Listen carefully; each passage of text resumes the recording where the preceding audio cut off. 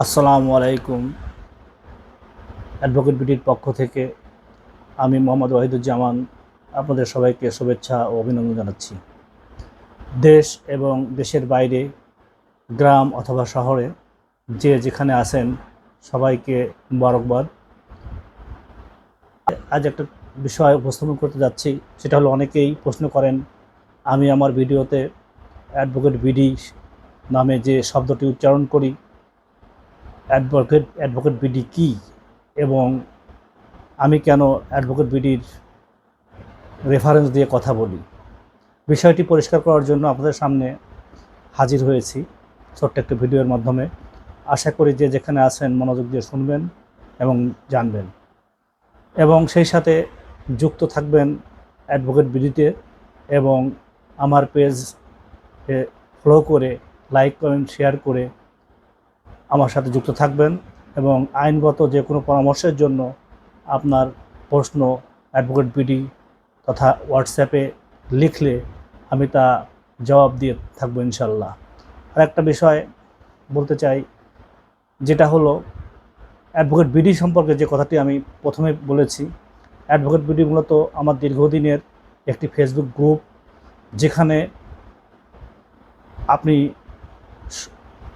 বাংলাদেশের প্রখ্যাত বিজ্ঞ আইনজীবী তথা সুপ্রিম কোর্ট, হাইকোর্ট এবং বিভিন্ন জেলা শহরের অবস্থিত আদালতসমূহের বিজ্ঞ আইনজীবীরা যুক্ত আছেন। আপনি আপনার যে কোনো পরামর্শের জন্য, আইনগত পরামর্শের জন্য আপনি এখানে প্রশ্ন রাখতে পারেন এবং সেখানে দেখবেন অসংখ্য আইনজীবী আপনার প্রশ্নের জবাব দেওয়ার জন্য তারা আপনার প্রশ্নকে মার্ক করবে এবং আপনাকে ইনবক্সে অথবা সরাসরি পরামর্শের জন্য আহ্বান করবে। এবং এই অ্যাডভোকেট বিডির মাধ্যমে আপনি আপনার যে কোনো আইনগত পরামর্শ ফ্রি অথবা সাশ্রয়ী সামান্য ফি প্রদানের মাধ্যমে আপনি পেয়ে যাবেন।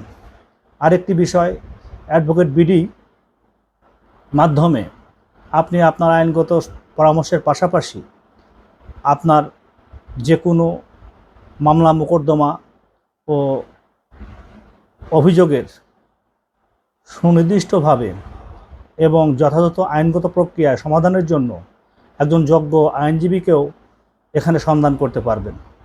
তাই অ্যাডভোকেট বিডিতে আপনাকে যুক্ত থেকে আপনার যথাযথ আইনগত প্রক্রিয়ায় আপনার আইনি পরামর্শ পেতে এবং মামলা মোকদ্দমার সমাধানে আপনি যুক্ত থাকতে পারেন এবং সচেষ্ট হতে পারবেন।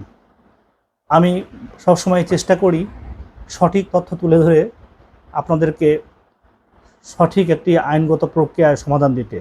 ইতিপূর্বে আমি আমার অনেক ভিডিওতে সেটা আমি ব্যাখ্যা করেছি। আপনারা তাই কোনো প্রকার ইতস্ত না করে আমার অ্যাডভোকেট বিডি গ্রুপে যুক্ত হন এবং সেই সাথে আমার যে পেজটি রয়েছে সেটা ফলো করে শেয়ার করে সবাইকে জানার সুযোগ করে দিন এবং আপনার যথাযথ আইনগত পরামর্শ আপনি ফ্রিতে এবং যে মোকদ্দমাটি আপনি করতে যাচ্ছেন সেটা আপনার করা ঠিক হবে কি না এবং আদেও সেই মোকদ্দমা বা মামলায় আপনার কোনো আইনগত প্রতিকার পাবেন কি না সেটা যথাযথভাবে জেনে তারপর থানা বা আদালতে দ্বারস্থ হন। এই আশাবাদ ব্যক্ত করে আমি আমার বক্তব্য শেষ করছি। আল্লাহ হাফেজ। সবাই ভালো থাকুন। ধন্যবাদ।